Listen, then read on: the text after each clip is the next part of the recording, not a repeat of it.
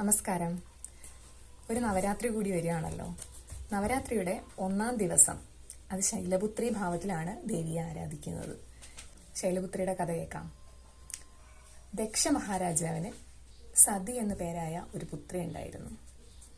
ദക്ഷന് സതിയെ യോഗ്യനായ ഒരു രാജകുമാരനെ കൊണ്ട് വിവാഹം കഴിപ്പിക്കണമെന്നായിരുന്നു ആഗ്രഹം. പക്ഷേ സതിക്കോ മഹാദേവനോടായിരുന്നു പ്രണയം. സതി ഒരുപാട് ദക്ഷ മഹാരാജാവിനെ പറഞ്ഞു മനസ്സിലാക്കാൻ ശ്രമിച്ചു. തനിക്ക് മഹാദേവനോടൊപ്പം ജീവിക്കാനാണ് ഇഷ്ടമെന്ന്. പക്ഷെ അദ്ദേഹം ഒട്ടും വഴങ്ങിയില്ല. എന്തു തന്നെയായാലും മഹാദേവനും സതിയും ഒന്നിച്ചു. അപ്പോൾ ഒന്നിക്കുമ്പോൾ ദക്ഷൻ പറഞ്ഞു, ഇനി ഒരിക്കലും എന്നെ തേടി നീ എൻ്റെ കൊട്ടാരത്തിലേക്ക് വരരുത് എന്ന് പറഞ്ഞ് ഒക്കെയാണ് വിവാഹം നടന്നത്. പക്ഷേ അങ്ങനെ ഇരിക്കെ കാലങ്ങൾ കഴിയെ ദക്ഷൻ തൻ്റെ കൊട്ടാരത്തിൽ ഒരു മഹായാഗം നടത്തി. ഈ യാഗത്തിലേക്ക് എല്ലാ ദേവീദേവന്മാരെയും അദ്ദേഹം ക്ഷണിച്ചു. പക്ഷെ മഹേശ്വരനെയും സതിയെയും ക്ഷണിച്ചില്ല. അപ്പോൾ സതി പിതാവ് തന്നെ മറന്നുപോയതായിരിക്കാം. എൻ്റെ കൊട്ടാരത്തിൽ നടക്കുന്ന ഒരു യാഗത്തിൽ എന്നെ ക്ഷണിക്കേണ്ട ആവശ്യമില്ലല്ലോ എന്ന് പറഞ്ഞ് കൊട്ടാരത്തിലേക്ക് പുറപ്പെടാനൊരുങ്ങി. മഹാദേവൻ അപ്പോൾ പറഞ്ഞു, പോവരുത്, അപമാനം ഉണ്ടാവും എന്ന് പറഞ്ഞു. പക്ഷെ സതി അത് കണക്കാക്കിയില്ല. സതി ദക്ഷന്റെ കൊട്ടാരത്തിലേക്ക് പുറപ്പെട്ടു. പക്ഷെ അവിടെ എത്തിയ സതിയെ തൻ്റെ പിതാവ് ഒരുപാട് അപമാനിച്ചു, ആക്ഷേപിച്ചു.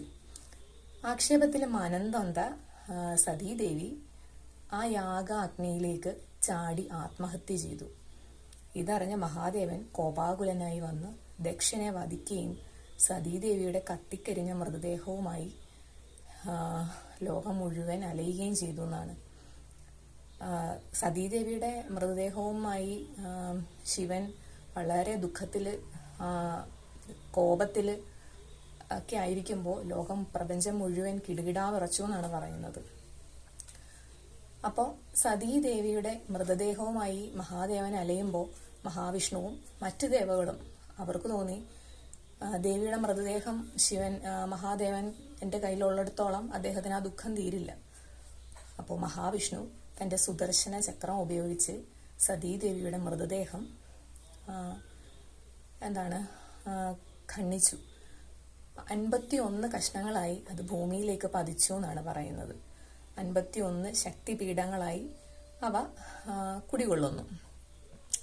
അപ്പോൾ അതിനുശേഷം ഹിമവാന്റെ പുത്രിയായി പാർവതിയായി സതീദേവി. അതിനുശേഷം മഹാദേവൻ അഗാധമായ ഒരു ധ്യാനത്തിലേക്ക് പോയി. ആ സമയം സതീദേവി ഹിമവാന്റെ പുത്രിയായി പാർവതിയായി പുനർജനിച്ചു. അതാണ് ശൈലപുത്രി ഭാവത്തിലുള്ള ദേവി. Thank U.